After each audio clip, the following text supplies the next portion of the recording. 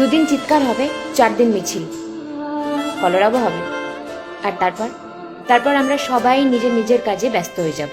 কিন্তু যে হারালো, যার হারালো, একমাত্র সেই জানে যার কোনো শেষ নেই, না কখনো হবে।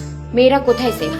স্কুল, কলেজ, টিউশন, পাড়ার অলিগলি, টোটো, অটো, হসপিটাল, কোথাও না। কত বিচার আসবে, কত বিচার যাবে, কিন্তু সমাজ পাল্টাবে না। লক্ষ্মীর ভান্ডার তো থাকবে, কিন্তু লক্ষ্মীর নিরাপত্তা থাকবে না। রাতে একটা মেয়ে একা, কতটা ইররেসপন্সিবল, তাই না? সত্যি তো মেয়েটারই দোষ, 100% মেয়েটারই দোষ যে সে ভুলে গেছিল যে এটা জল্লাদের রাজ্য, যেখানে নিজের প্রাণের দায়িত্ব নিজের, কারোর দায় নয়।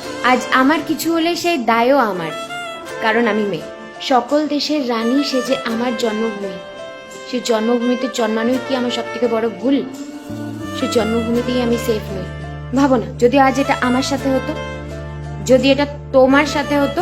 খবরের পাতা উল্টে দেওয়া সহজ, টিভির রিমোট দিয়ে চ্যানেল চেঞ্জ করাও সহজ, ফেসবুকের নিউজ ফিডের খবরগুলো স্কিপ করাও সহজ, যতক্ষণ সেই অন্যায়টা অন্যের সাথে হচ্ছে। কথায় আছে, ঘুটে পড়ে গোবর হাসে, এমন দিন যেন আর না আসে।